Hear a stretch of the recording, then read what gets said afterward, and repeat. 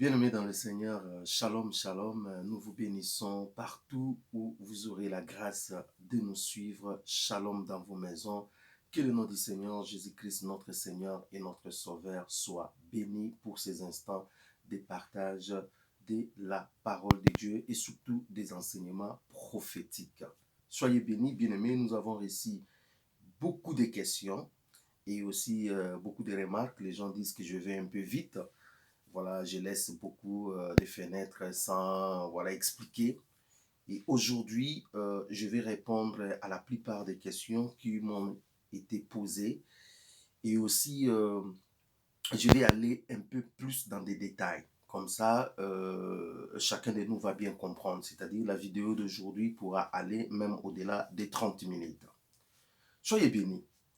La grande question que nous allons nous poser aujourd'hui est qui sera l'Antichrist? Beaucoup de gens m'ont posé la question, est-ce que vous connaissez l'Antichrist? Est-ce qu'il est déjà là? Qu'est-ce qui se passe? Ainsi de suite. Eh bien, notre méditation ou notre enseignement, notre partage d'aujourd'hui se repose sur cette question, qui sera l'Antichrist? Eh bien, vous êtes passionné que je vous donne un nom, peut-être à la fin de cette émission, vous aurez un nom, peut-être vous aurez en fait le profil que vous-même vous allez déterminer.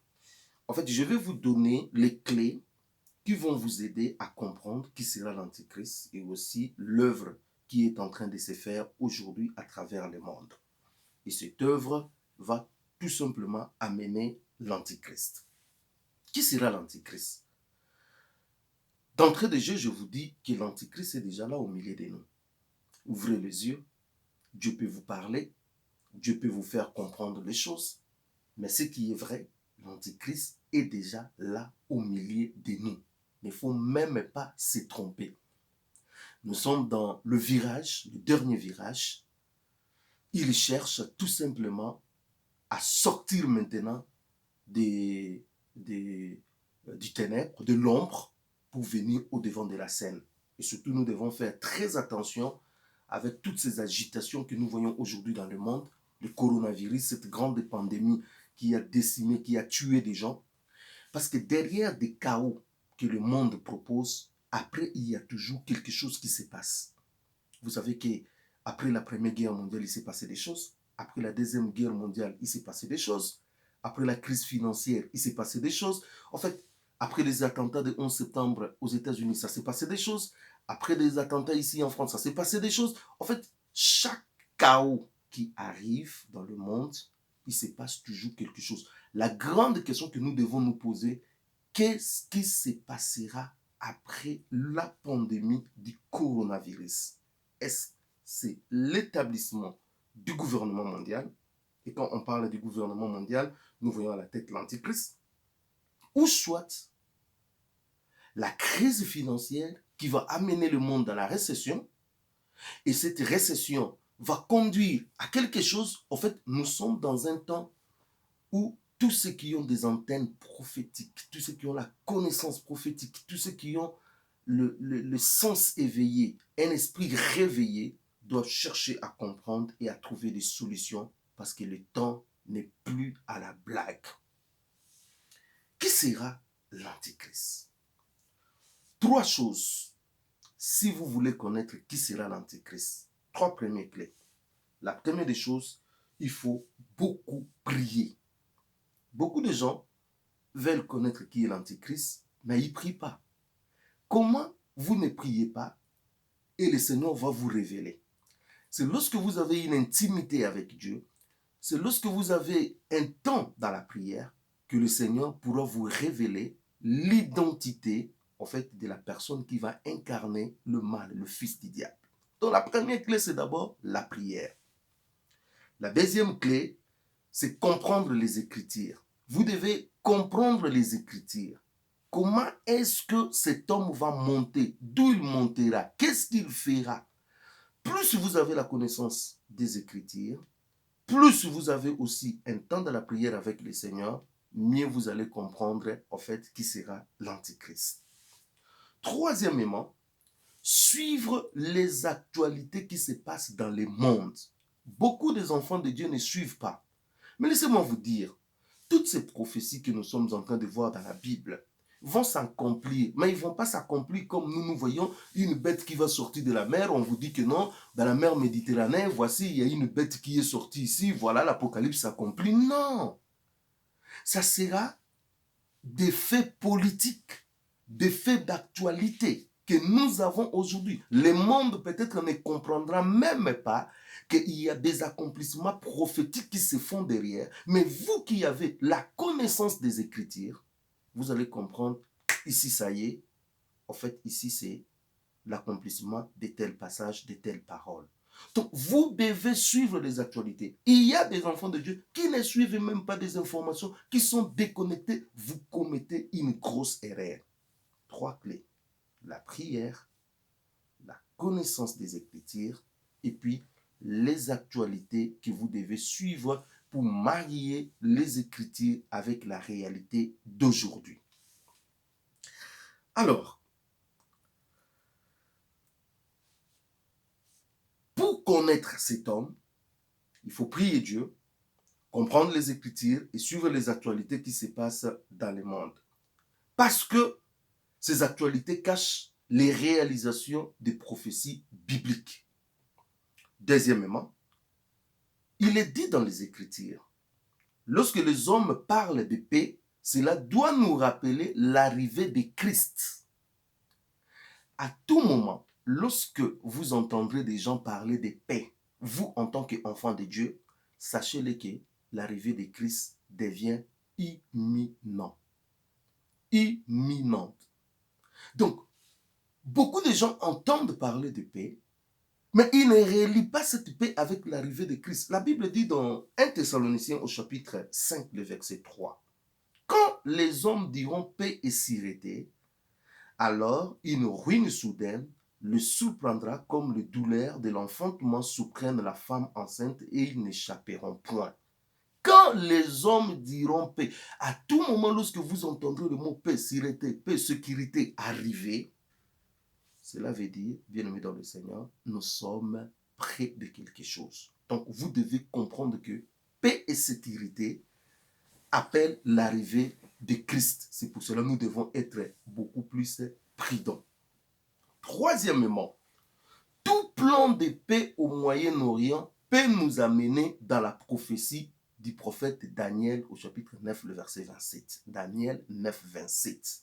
Il est dit, il fera, c'est qui? C'est l'Antichrist. Il fera, cela veut dire, il va user de son intelligence, de ses astuces pour essayer de convaincre le pays du Moyen-Orient. Il va négocier avec chacun des pays de manière particulière. C'est pour cela il fera peut avoir plusieurs connotations. Peut avoir convaincre, peut avoir conclure, peut avoir imposer, comme peut avoir confirmé. Donc on pourra confirmer l'alliance, il fera une solide alliance. On pourra confirmer parce que le Moyen-Orient, vous ne pouvez pas trouver la paix avec un seul pays. Il faut toujours tous ces pays. Israël a une frontière avec l'Égypte et tout ce qui est côté des gaz des bandes de Gaza, vous ne pouvez pas parler de la paix sans impliquer par exemple l'Égypte. Vous ne pouvez pas parler de la paix sans pour autant par exemple impliquer la Jordanie qui contrôle Jérusalem de l'Est. Vous voyez, vous ne pouvez pas parler de la paix sans pour autant parler par exemple de l'Arabie Saoudite qui est le épicentre de l'islam. Vous ne pouvez pas parler de la paix sans pour autant parler de l'Iran.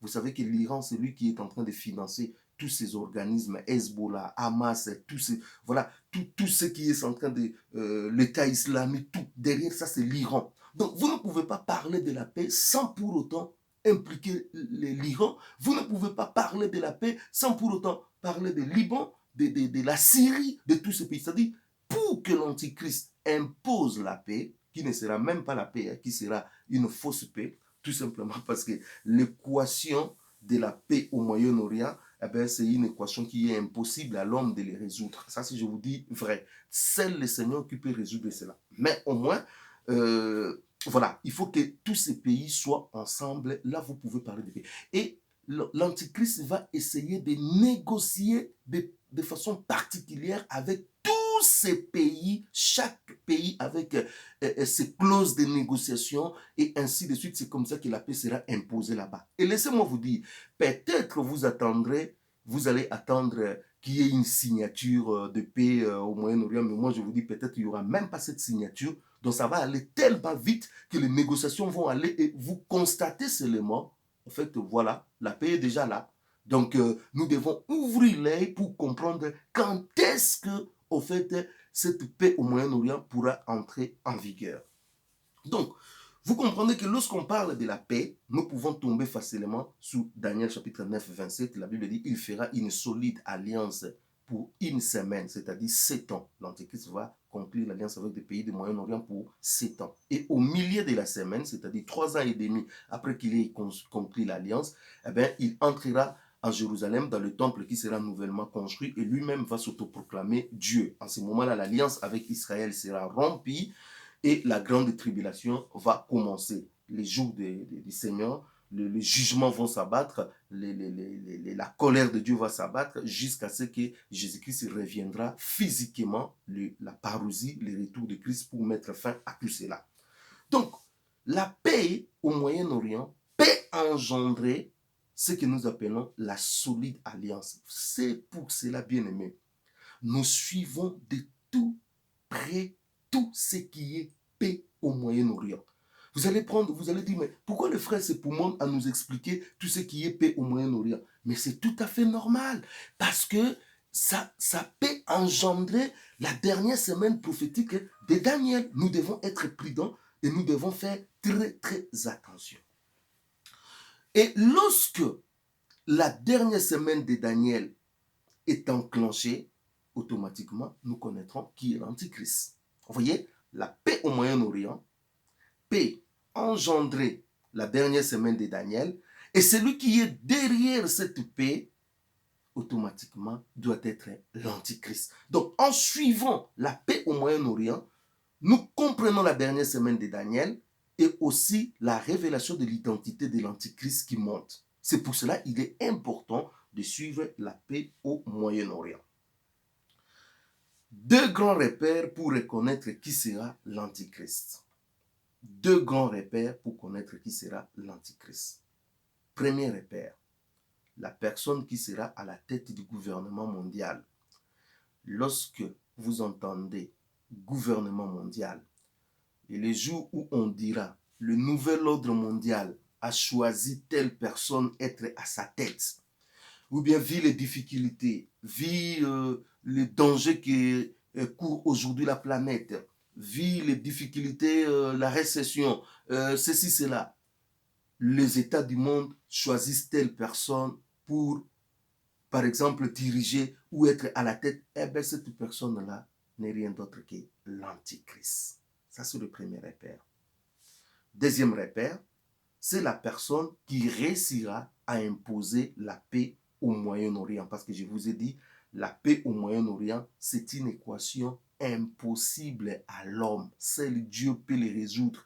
Et même l'Antichrist, il va faire un semblant de paix, une fausse paix. Sa paix ne durera que 3 ans et demi. Après 3 ans et demi, eh bien, ça va aller dans tous les sens. Vous voyez? Donc, la personne qui va imposer cette paix au Moyen-Orient, eh bien, lui, c'est l'Antichrist. Quelle est la stratégie avec Donald Trump? La stratégie avec Donald Trump. Je vous ai dit dans des vidéos précédentes que ce n'est pas la première fois que les gens essayent de tenter la paix au Moyen-Orient.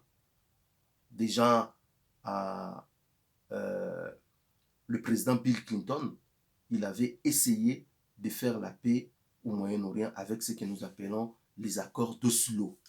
Mais ces accords d'Oslo n'avaient pas réussi. N'avaient pas réussi parce que les conditions n'étaient pas encore requises pour imposer la paix au Moyen-Orient. Il n'y avait pas encore toutes les conditions.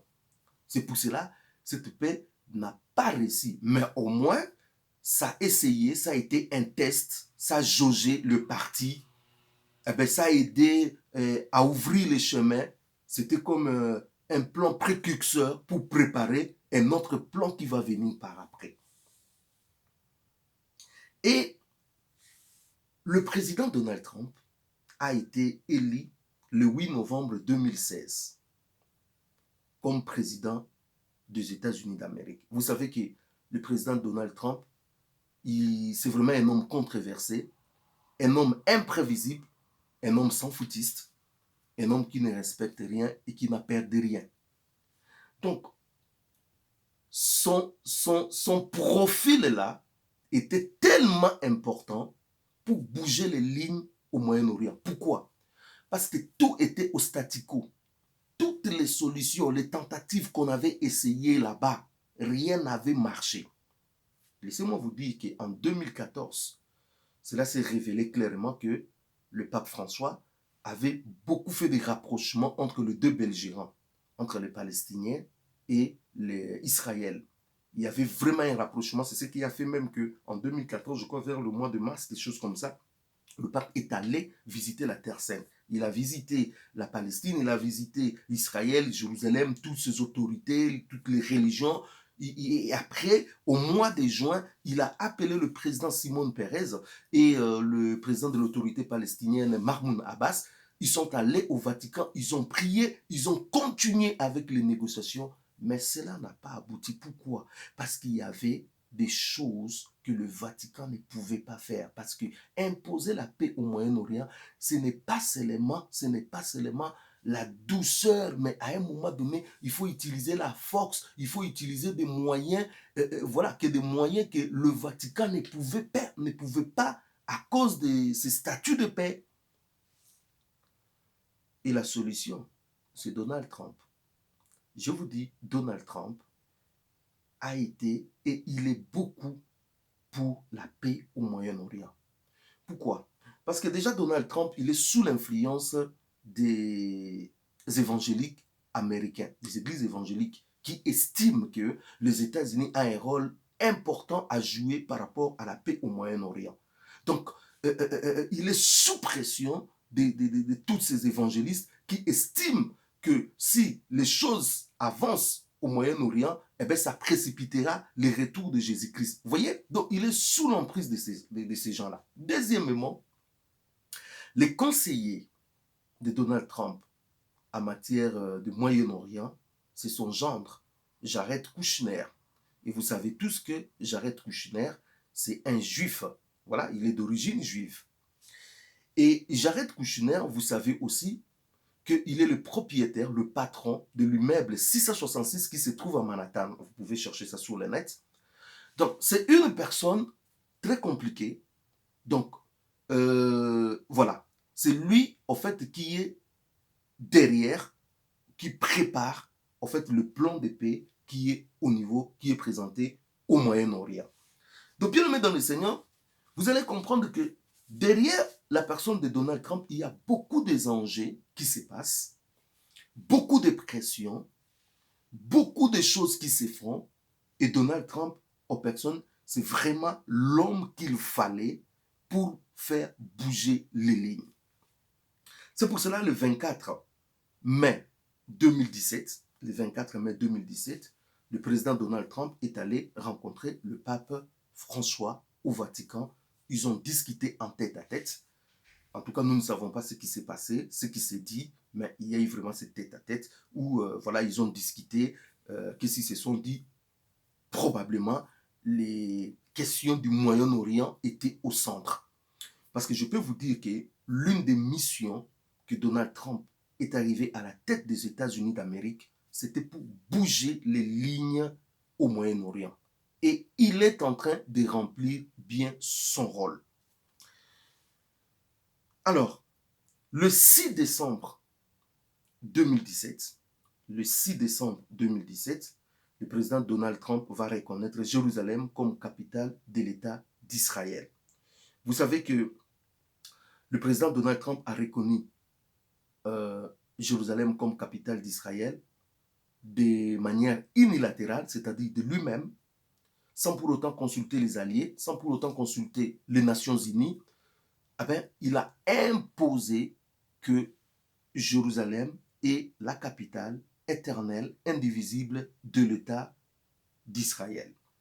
Et cette reconnaissance est venue 70 ans après l'indépendance d'Israël. Israël a eu son indépendance en 1948 et c'est en 2017 que cela sera reconnu, Jérusalem, comme capitale. Et vous savez que la captivité des enfants d'Israël à Babylone devait durer 70 ans. C'est-à-dire, le chiffre ont des significations. Pourquoi ils ont entendu 70 ans pour reconnaître Jérusalem comme capitale? Cela veut dire le temps d'Israël est arrivé. Sur le plan, sur le plan stratégique, c'est maintenant le temps d'Israël. Et cette reconnaissance est un acte majeur parce que depuis qu'Israël est retourné dans sa terre, toutes les prophéties étaient accomplies, sauf Jérusalem n'était pas sa capitale.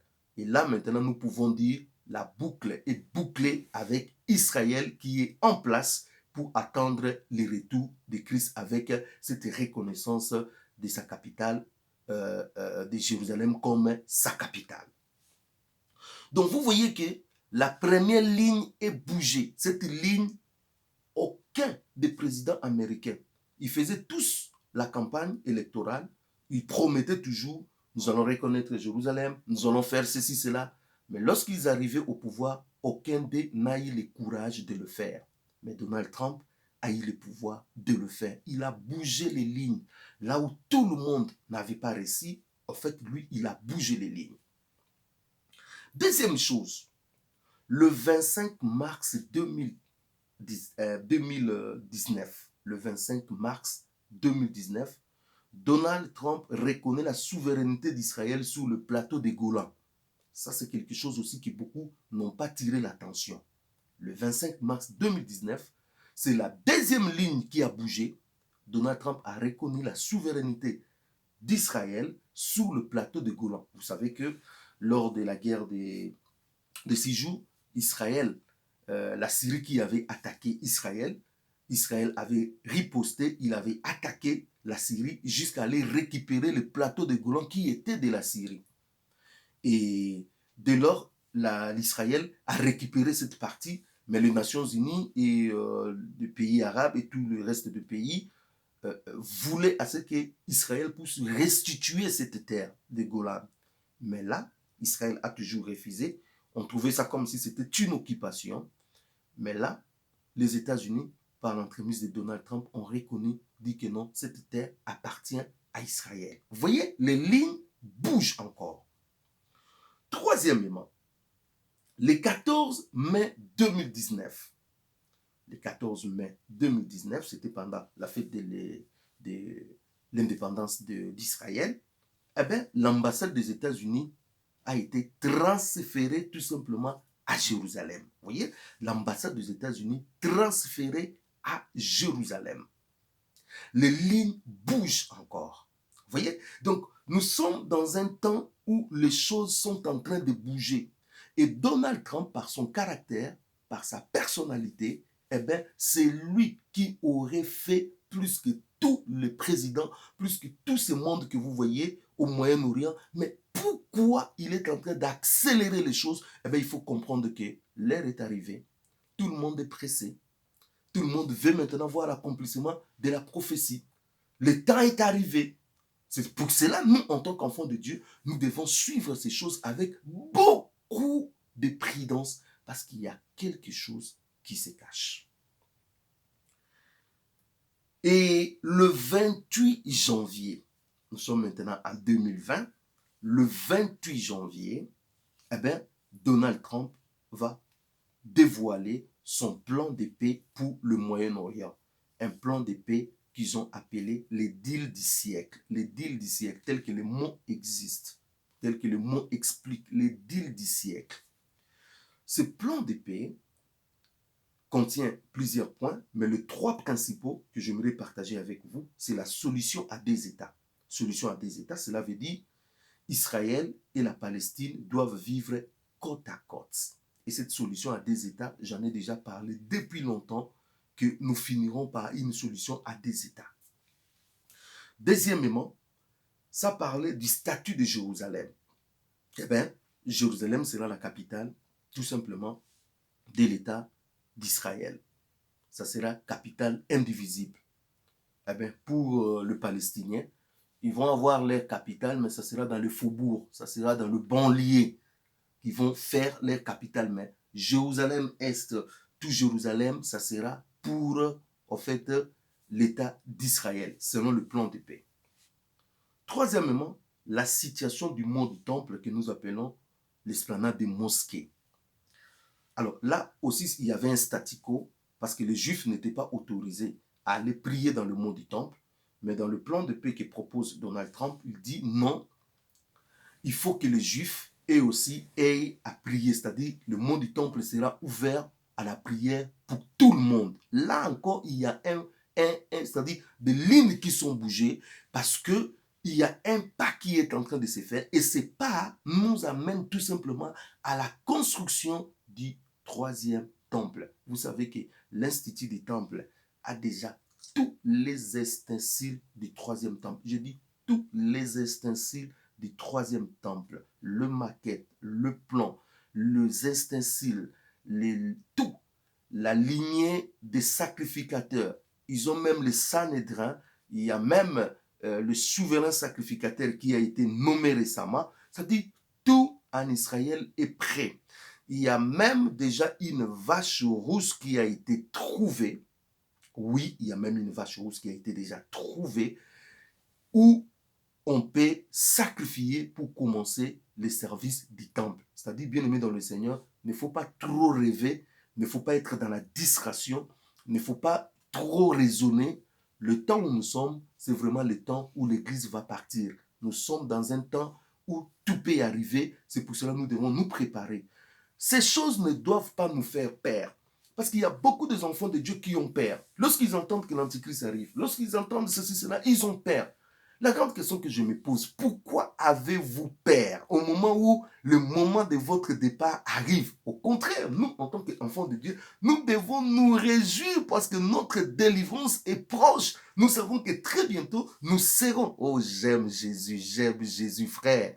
Aime Jésus, n'aie pas peur. Rien ne peut te faire peur dans ce monde. La grande joie, la bonne nouvelle que j'ai à vous annoncer, Jésus revient bientôt pour te prendre, pour prendre l'Église. Et c'est ce qui est la chose la plus importante derrière tout ce que nous entendons, le coronavirus, le plan de paix, le machin, l'activation des pactes de la nouvelle alliance, le ceci, cela. La bonne nouvelle derrière tout ça est que nous, en tant qu'enfants de Dieu, très bientôt, nous partirons. Vous ne devez pas avoir peur, vous ne devez pas trembler. Au contraire, vous devez garder votre foi ferme à la personne de Jésus-Christ qui vient très bientôt chercher son Église. Vous devez marcher dans la crainte de Dieu, dans la sanctification, dans l'obéissance, parce qu'il revient bientôt. Donc, la situation du mont du temple, comme je viens de dire, le mont du temple sera ouvert à tout le monde, c'est-à-dire les musulmans et ceci, cela. Eh bien, la route vers la construction du troisième temple est tout simplement ouverte. Alors, le 20 avril 2020, le 20 avril,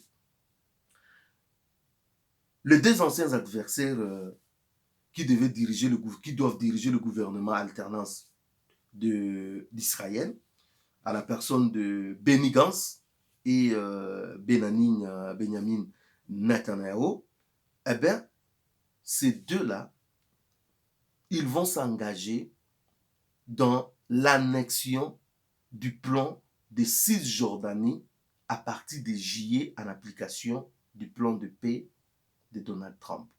Donc vous savez qu'il y a un accord qui est trouvé en Israël après des temps qu'ils ont eu pour former un gouvernement. Eh bien, les deux rivaux, Benny Gantz et puis Benjamin Netanyahu, ils ont trouvé un accord. Ils vont diriger tout après tout le poste du Premier ministre. Et là, ils s'engagent dans le plan d'annexion de la Cisjordanie en application du plan de paix de Donald Trump. Donc la nouvelle est tombée le 20 avril. Israël veut passer à une autre étape. Pourquoi? Vous savez, les Juifs, Israël, ils savent que Donald Trump, c'est la personne idéale qui est en train de bouger la ligne et ils veulent profiter de la présence de Donald Trump, comme il est encore président jusqu'au 3 novembre, de continuer à bouger la ligne, c'est-à-dire de faire avancer des choses plus loin que possible. C'est pour cela, déjà au mois de juillet, ils vont commencer, en fait, l'annexion des pans de la Cisjordanie. Donc ça, c'est ce qui est annoncé le 20 avril. Alors, à l'annonce de cette déclaration d'Israël pour commencer l'annexion, lors d'une conférence de presse à Washington, après l'annonce d'Israël d'un accord entre Benjamin Netanyahu et Benny Gantz pour former un gouvernement, le chef de la diplomatie américaine Mike Pompeo a déclaré la décision d'annexer ou non des pans entiers de la Cisjordanie par Israël reviendra en dernier ressort à l'État hébreu. C'est-à-dire, le chef de la diplomatie américaine Mike Pompeo a tout simplement dit dans une déclaration de presse à Washington le 24 avril que ce n'est pas le problème des États-Unis. Ah ben, c'est la dernière ressort, la dernière décision pour annexer ou pas, ça revient à l'État hébreu. C'est-à-dire, les États-Unis ont déjà fait le job, le plan de paix est là. Si l'Israël veut appliquer le plan de paix, eh ben, ils ont chèque blanc pour appliquer le plan de paix. Donc, vous comprenez que les Américains ne se poseront pas à ce qui concerne le plan de paix au Moyen-Orient. Alors, le 30 avril, il y a une déclaration importante, il y a une très grande déclaration qui est faite. Les candidats démocrates à la Maison-Blanche, Joe Biden, je vous avais dit, Joe Biden, il est catholique, et pendant l'administration d'Obama, il était le vice-président, et pendant l'administration Obama, il y avait des relations glaciales entre les États-Unis et Israël. Mais là, il fait une déclaration. Le candidat Joe Biden dit, il affirme, le mercredi 29 avril, qu'il maintiendrait à Jérusalem l'ambassade des États-Unis en Israël s'il remportait l'élection en novembre, tout en déplorant la décision de Donald Trump de la transférer depuis Tel Aviv. En fait, il dit qu'il n'est pas d'accord de la manière dont Donald Trump a fait les choses pour transférer l'ambassade d'Israël, des États-Unis de Tel Aviv à Jérusalem. Il n'est pas du tout d'accord avec ce que Donald Trump a fait. Mais que cela ne tienne, comme cela est déjà arrivé, il ne le changera pas. C'est-à-dire, l'ambassade des États-Unis sera maintenue à Jérusalem. Vous voyez, ce qui est acquis devient difficile de revenir en arrière. Donc, les lignes qui sont bougées aujourd'hui ne reviendront plus en arrière. Les choses sont en train d'avancer. Vous voyez, c'est-à-dire, Donald Trump a rempli bien sa mission, son contrat. Il a fait avancer les choses et tout le monde sera obligé de commencer à travailler par rapport à là où lui il a imposé son rythme. Par contre, il a dit, Joe Biden, s'il est président des États-Unis, il va ouvrir encore le consulat, il va ouvrir un consulat à Jérusalem-L'Est pour permettre aussi aux Palestiniens d'avoir une représentation diplomatique des États-Unis. Donc ça, c'est les candidats démocrates à la course à la Maison-Blanche qui nous donnent des indications très, très, très précises. Au regard de toutes ces déclarations, la Ligue arabe s'est réunie le 30 avril 2020. La Ligue arabe s'est réunie en Égypte par vidéoconférence. Ah ben, qu'est-ce que la Ligue arabe dit? La Ligue arabe met en garde Israël de ne pas s'hasarder dans l'annexion des pans de la Cisjordanie. Donc, les réunions avaient pour mission de mettre en garde Israël de ne pas aller dans ces chemins. Parce que s'ils vont aller dans ces chemins, eh bien, la Ligue arabe va tout simplement riposter.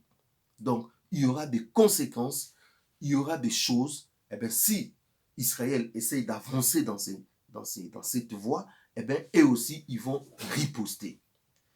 Mais, bien aimé dans le Seigneur, laissez-moi vous dire une chose, que dans le plan de paix américain, la plupart de ces pays des ligues arabes sont aussi inclus, entre autres l'Arabie Saoudite, entre autres l'Égypte, Maroc, l'Oman, les Émirats Arabes Unis, Koweït, Bahreïn, Jordanie, tous ces pays, ils sont déjà embarqués dans le deal du siècle. Mais en fait, ça c'est la politique. On dit une autre chose, on fait une autre chose. Mais n'oubliez pas aussi, dans la Ligue arabe, il y a d'autres pays qui sont des radicaux, qui ne sont pas du tout d'accord avec le plan de paix. Et parmi ces pays, je vous ai cité le Liban, la Syrie, voilà, ces pays, la Turquie, et à la tête de ces pays, vous avez l'Iran. L'Iran n'est pas du tout d'accord, et l'Iran va peser de son poids pour que de telles choses ne puissent pas arriver. C'est pour cela, vous voyez, les États-Unis, depuis un certain temps, ils ont l'Iran dans leur visère. Ils cherchent à détruire l'Iran, ils cherchent à anéantir l'Iran parce que l'Iran est hostile au plan de paix de nouvel ordre mondial, au plan de paix de Donald Trump, aux stratégies au fait qu'ils sont en train de développer pour le Moyen-Orient. Donc, ne soyez pas étonnés que vous vous réveillez un jour et que l'Iran est attaqué par les États-Unis. Ça peut arriver à n'importe quel moment. Donc, bien aimé dans le Seigneur, le plan de paix, rendez-vous au mois de juillet. Le 1er juillet, en fait, les Juifs, l'État d'Israël, va s'engager dans l'application du plan de paix.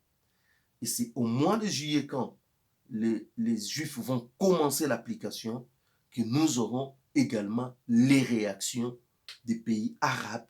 Eh bien, laissez-moi vous dire que ça sera tout simplement un mois chaud, un mois où les choses pourront bouger. Nous saurons qui est qui là-bas et quelle est la stratégie à émettre. Mais déjà, il y a des indications qui commencent à se donner. Parce que le 30 avril, toujours le 30 avril, il y a eu quelque chose en Allemagne. 4 mosquées et des associations ont été perquisitionnées dans plusieurs villes allemandes. Le ministre de l'Intérieur, Horst Seehofer, justifie sa décision en raison de la responsabilité particulière de son pays à l'égard d'Israël, dont l'organisation chiite veut la disparition. Donc, ces mosquées ont été perquisitionnées parce que les autorités allemandes estiment qu'ils ont des liens avec les Hezbollah. Vous voyez? Et que c'est eux qui sont en train de financer l'argent de l'autre côté pour le désordre et puis pour maintenir Israël en insécurité. C'est pour cela les États-Unis, l'Israël avait demandé depuis longtemps au gouvernement allemand d'interdire les activités de Hezbollah en Allemagne. Et là, nous voyons que le gouvernement allemand a commencé à traquer au fait l'organisation Hezbollah en Allemagne pour couper au fait tout lien, tout ce qu'ils veulent faire avec Israël. Donc, nous voyons qu'il y a quelque chose qui est en train de se passer, quelque chose qui est en train de bouger. Eh bien, nous allons continuer à suivre avec beaucoup d'attention ce qui est en train de se faire au Moyen-Orient, parce que ce qui est en train de se faire au Moyen-Orient, eh bien, ça fait partie des éléments majeurs, peut-être pour cette année 2020. Je vous ai dit que l'année 2020 n'avait pas commencé en grande vitesse avec le coronavirus. Au contraire, l'année 2020 avait commencé en grande vitesse avec le traité de paix que le président Donald Trump avait proposé. Dès l'instant où cette proposition a été proposée, ce plan de paix a été proposé, les choses ont commencé à bouger et nous avons vu directement l'émergence du coronavirus qui avait quitté la Chine, qui est venu de l'autre côté. En fait, le coronavirus n'a fait qu'une diversion pour nous désorienter, pour nous déconnecter de vraies réalités qui est en train de se faire. En 2020, il y a deux réalités qui est devant nous. La première réalité s'appelle le plan de paix qui a proposé le président Donald Trump. Et la deuxième réalité s'appelle l'activation du pacte de nouvelle alliance le 11 octobre qui sera fait par le pape François. Voilà les deux grandes réalités de 2020. Tout le reste, ce sont des ingrédients, ce sont des épices pour faire, pour la préparation de la sauce. Mais ces deux grandes réalités doivent nous réveiller, nous, en tant qu'enfants de Dieu, parce que ça exprime tout simplement la montée de deux bêtes. Une bête politique et une bête religieuse. Une bête qui s'élève pour prendre le contrôle du gouvernement mondial et une autre bête qui s'élève pour prendre le contrôle de la religion universelle. Nous devons être prudents, bien-aimés dans le Seigneur, comprendre la prophétie. Et maintenant, nous devons nous préparer parce que les choses vont bouger, les choses vont changer et nous croyons de tout notre cœur que le Seigneur Jésus-Christ revient très bientôt pour chercher son Église. Qui sera l'Antichrist? Eh bien, l'Antichrist sera la personne qui sera à la tête du gouvernement mondial ou la personne qui va réussir à faire signer le traité de paix au Moyen-Orient pour une paix de 7 ans. Eh bien, cette personne ne sera rien d'autre que l'Antichrist. Soyez bénis, que Dieu vous bénisse. Merci pour vos prières et merci pour l'attention particulière que vous portez à nos enseignements. Nous vous bénissons au nom puissant de notre Seigneur et Sauveur Jésus-Christ. Amen.